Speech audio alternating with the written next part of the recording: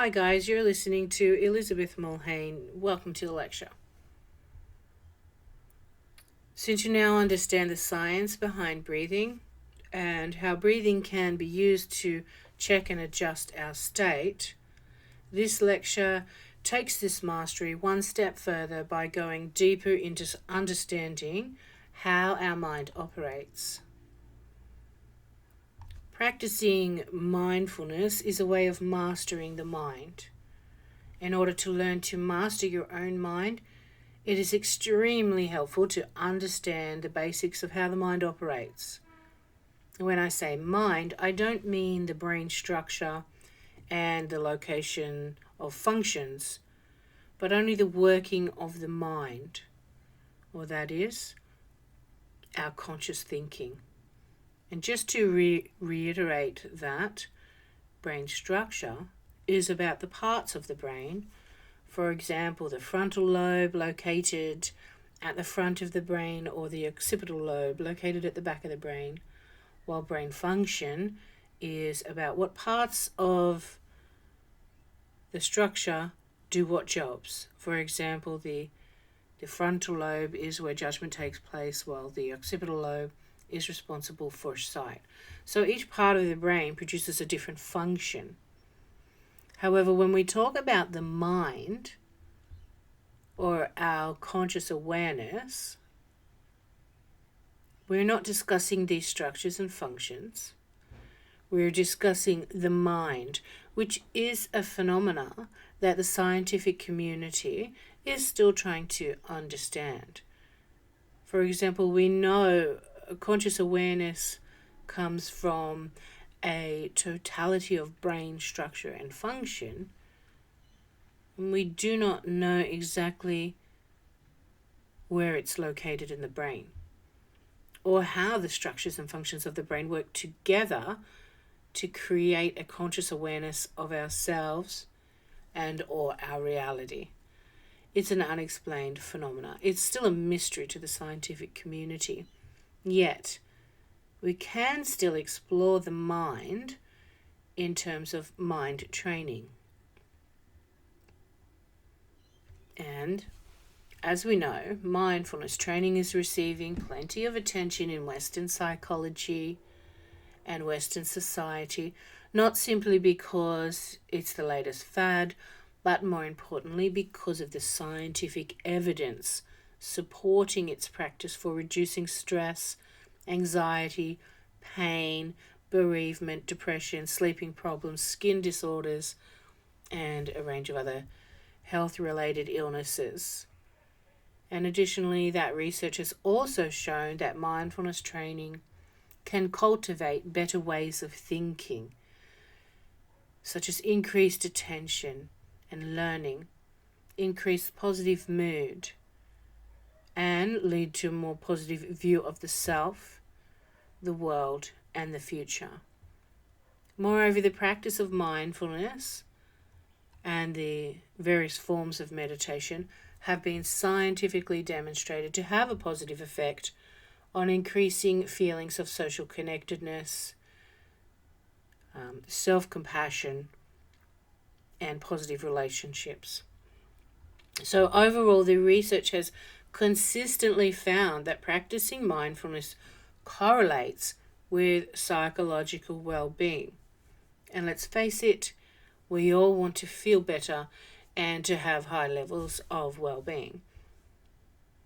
And it's important to conceptualize that this research doesn't simply demonstrate that mindfulness training works, but also, and more importantly, it demonstrates that we can actually cultivate better ways of thinking. That is, we can take charge of our own minds or train our minds to perform for us in ways that give us a sense of well-being or flourishing.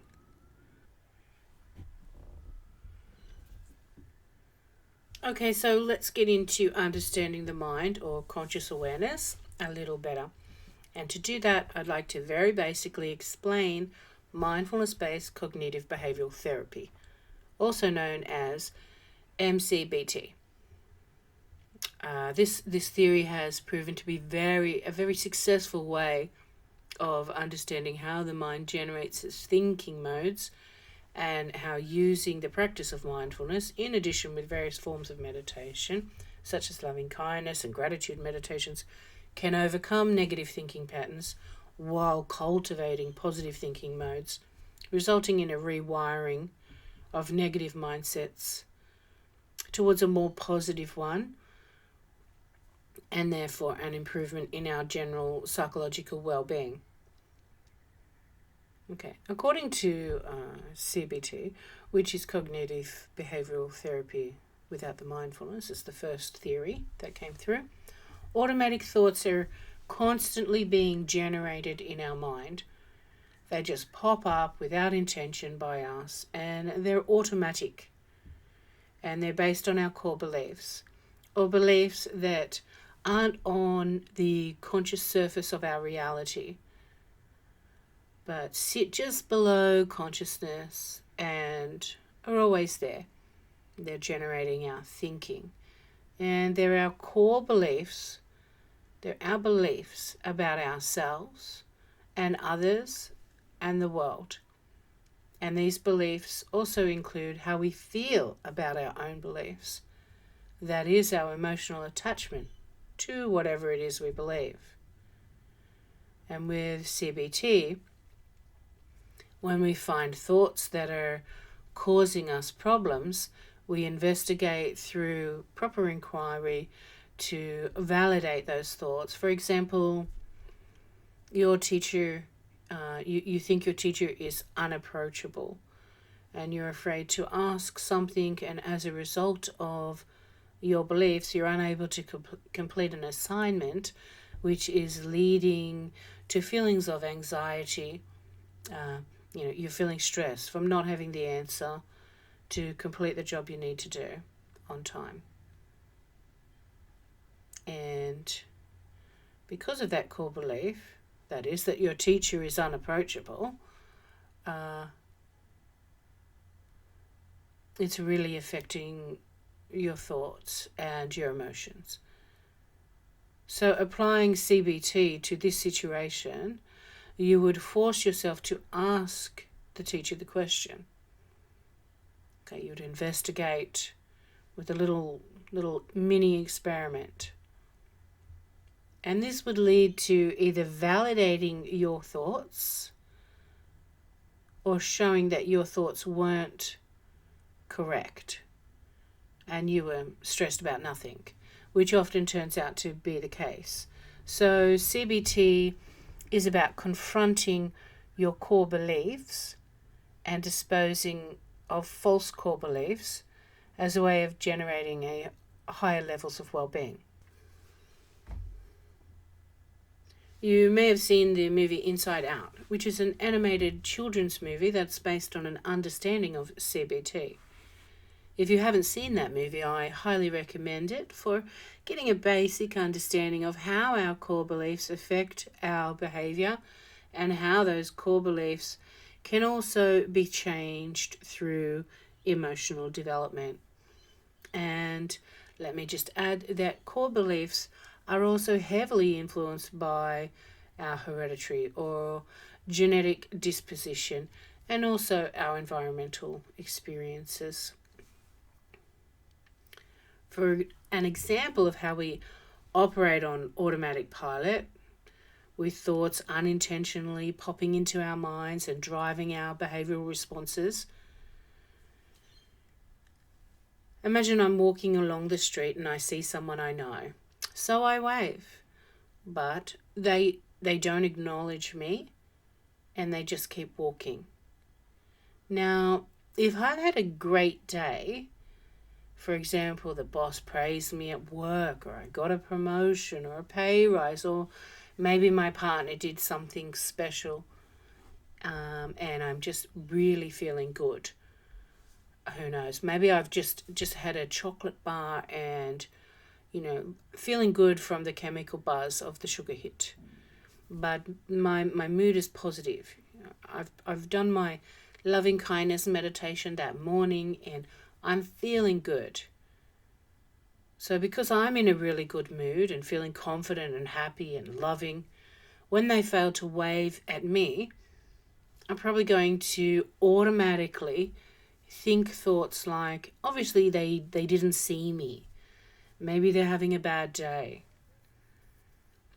So I would not think negatively about the situation. And if I was to think negatively, I would be putting any negative associations to the experience on their failure to respond and not on anything to do with me.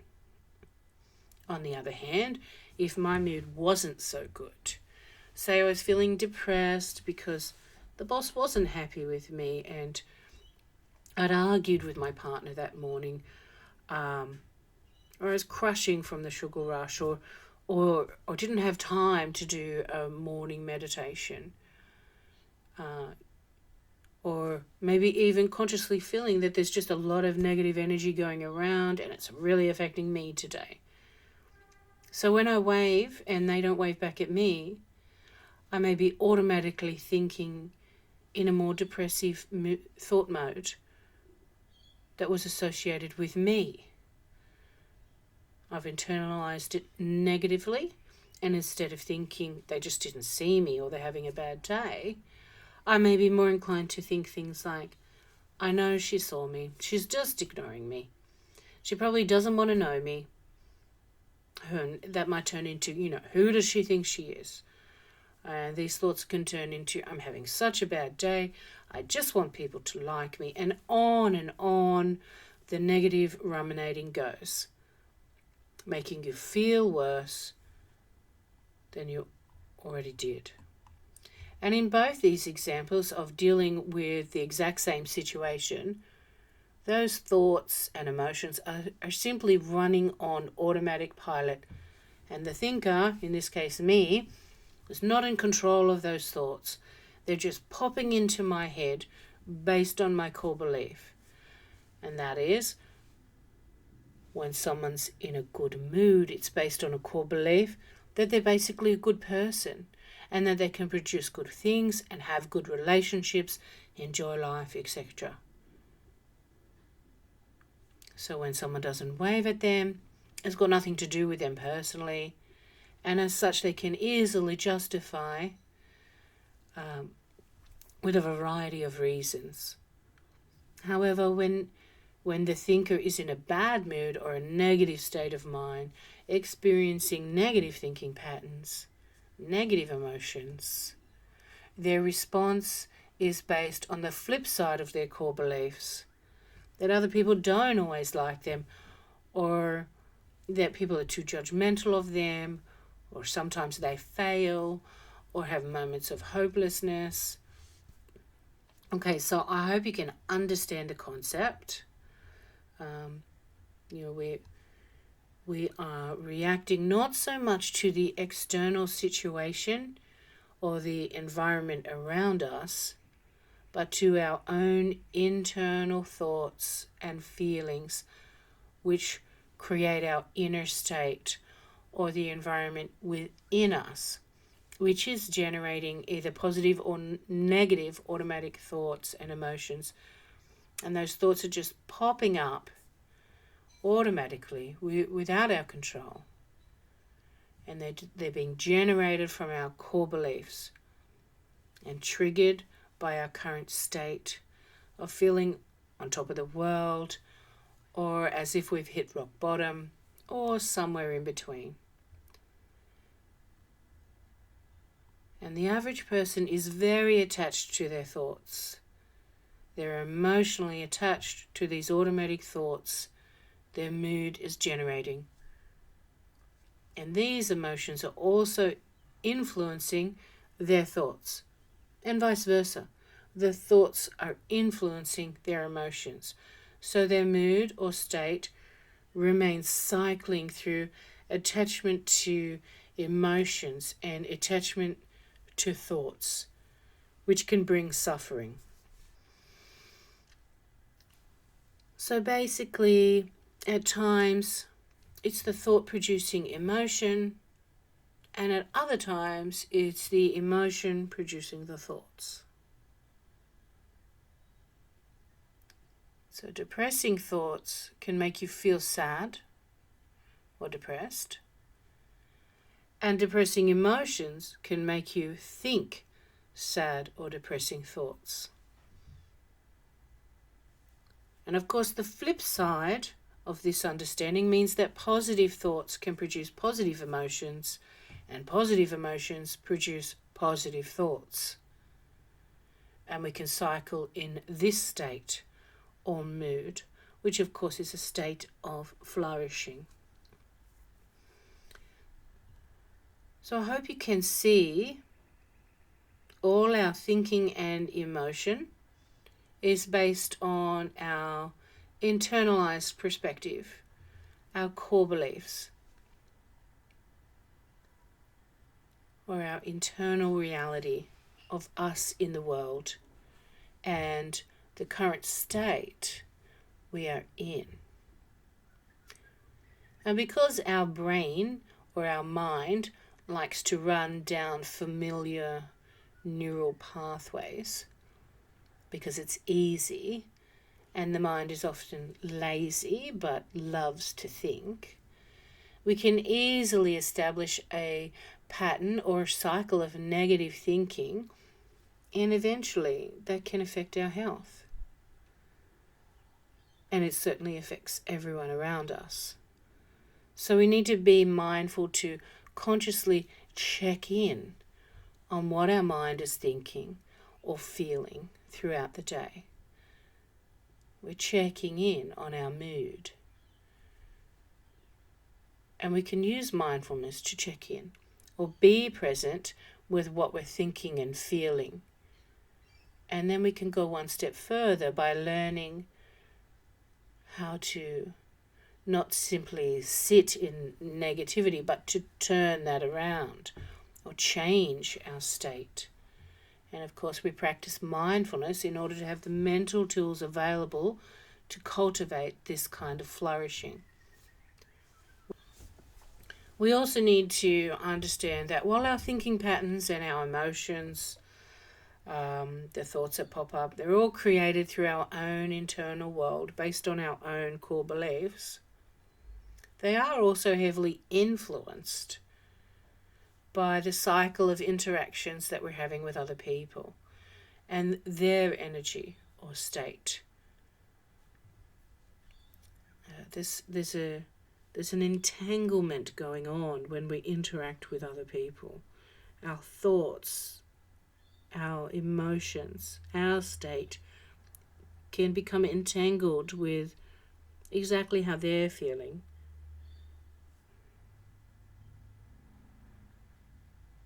We can feel their state because state projects an energy of its own. Okay, so remember when that person didn't wave at me, I internalized their response based on my previous positive or negative interactions with other people, my boss, my partner, how I was already feeling through the entanglement of thoughts and emotions that I experienced with that other person or other people.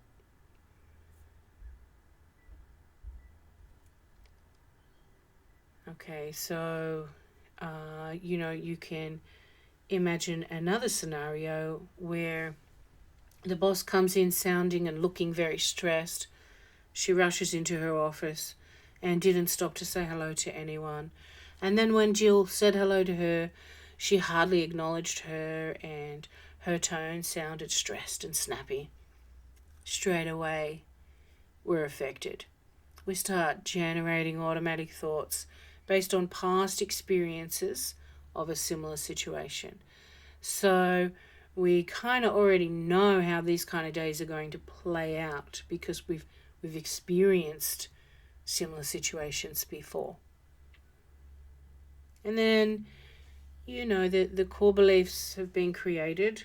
When she's in this mood, this is what happens. And so the automatic thoughts pop up and you're thinking, today's not going to be a good day. Maybe you think to yourself, even the boss is overworked.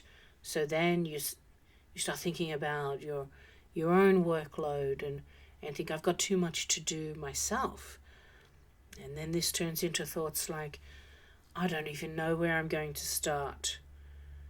You may generate other negative thoughts about your work environment. For example, you start thinking, these children are too hard to handle, this job's so demanding. And then that turns into, I'm feeling stressed, I hate this work environment, I need another job. And on it goes, influencing your mood. You become more and more depressed, more and more down, due to these automatic thoughts that you've just produced, triggered entirely by someone else's mood. You are aware that you're now feeling a little stressed and maybe a little depressed. It's as if your thoughts and emotions have entangled with theirs to experience the same negative energy. It's as if unconsciously you really do want to connect. But unfortunately, it's been a really bad connection because they're in a bad state. And you've allowed their negative energy to generate negative energy within you. You are reactive to someone else's energy without even realizing it, because you attached to the thoughts and emotions that the situation triggered within you.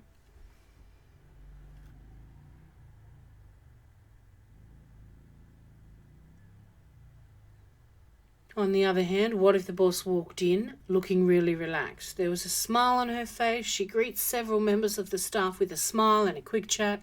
Now, in this scenario, after seeing your boss, you would be automatically thinking more positively and producing more automatic thoughts like, this woman's a great boss. She's so nice. She really seems to care about us. This is an okay job. And it's a great place to work. I'm so lucky to have a job where I'm responsible for the care and education of young minds. And then you notice you're experiencing a good mood, just like the boss. Once again, you've entangled with their state, and you're experiencing a similar state. And this time it's a positive one.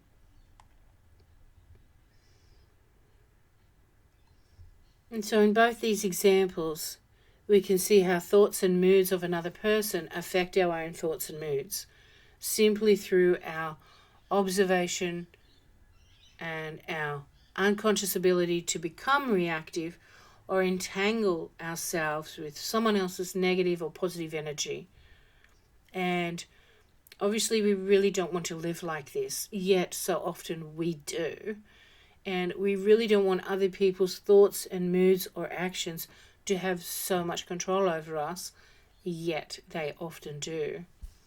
We need to be more self-governing of our own inner experience through developing more self-awareness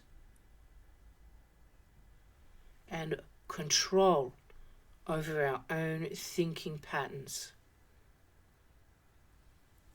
And we can accomplish this firstly by practicing mindfulness through acknowledging our thoughts and moods or emotions, but not attaching to them. We simply allow them to pass through without judgment. And secondly, by understanding that in order to help ourselves, we need to learn how to become emotionally detached at times from our thoughts or the thoughts, behaviours and energies of others. And that is, we become mindfully aware of the boss's mood, and we become mindfully aware of what thoughts the boss's mood has generated within us. However, we are not attached to the boss's mood, to the boss's energy, and we're not attached to the automatic thoughts and emotions that the boss's mood or energy or state has generated within us. Instead, We have simply become the observer, watching everything as it passes without judgment. We don't judge the boss, nor do we judge ourselves. If anything, if we're going to put a bit of judgment, we just simply tell ourselves, you know what, we all have bad days. We just move through this. So if we're struggling mentally and find ourselves in judgment of the boss or ourselves or other employees, we simply practice thoughts of loving kindness and compassion until we have regained our mindful state of awareness, observation, or paying attention without judgment. And with practice, we don't need to, put our hand up and say we need to sit in the corner and meditate. Your mood has affected me. I need to detach not only from my own thoughts, your thoughts, but my whole work environment right now. I need a space for 10 minutes. No, we don't do that. We can't really do that. It would be nice. But instead, all the formal practices that we do, it's as if we can fast forward them in informal daily living situations. We can just really quickly learn to change our state by just quickly going through those positive emotions, positive affirmations, by quickly connecting, because we know how, because we do it formally. We take longer when we do it formally, but it's like we can just put that in fast forward when we really need to just change our state. And this is how we operate through mindfulness-based cognitive behavioural therapy. We understand that automatic thoughts will continue to pop into our mind without our control, and these automatic thoughts are based on our core beliefs. And of course, sometimes they're not true, and we do need to push our boundaries. However, we apply mindfulness as a way of stopping the thinking or the ruminating, and to stop the emotional reactivity to negative energy. So we're really understanding how our mind operates, but we're applying mindfulness to cultivate a better way of thinking, to stop all the negativity. We're effectively training our mind to rewire itself by teaching it not to run down the same neural pathways of ruminating and negativity, but to simply stay in the present moment. And we can also rewire our mind in order to change any negative core beliefs by simply practicing loving kindness and gratitude meditations on a regular basis, and practicing being more compassionate for ourselves and other people. On a deeper level, this will transform our consciousness or our mind, and it will transform the automatic thoughts. Personally, I found that doing loving kindness meditations for 5 minutes every morning primes my mind, or fills my mind with positive energy, which in turn gives me a greater control over my reactivity to other people's negativity. And just 5 minutes of loving kindness meditation that I do myself can affect my whole family and other people that I come in contact with through a rippling effect, because they can feel my positive energy and they can get tuned in with it, or they can become entangled with my positivity. Okay, so I hope you can now understand why we think the way we do and how to escape these cycles of the wandering mind, controlling our moods, and creating an endless supply of automatic thoughts based on that mood or our state or the states of others and the energy that those states produce. And in time, with the dedicated practice of mindfulness and continually returning to a state of mind that acts or thinks through loving kindness, our automatic thoughts really will become more positive towards ourselves and others.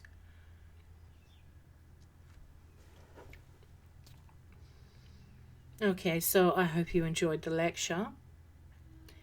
Please, if you are one of my students and you didn't understand anything in the lecture, or you'd like to discuss anything, send me an email, get in contact, okay, approach me.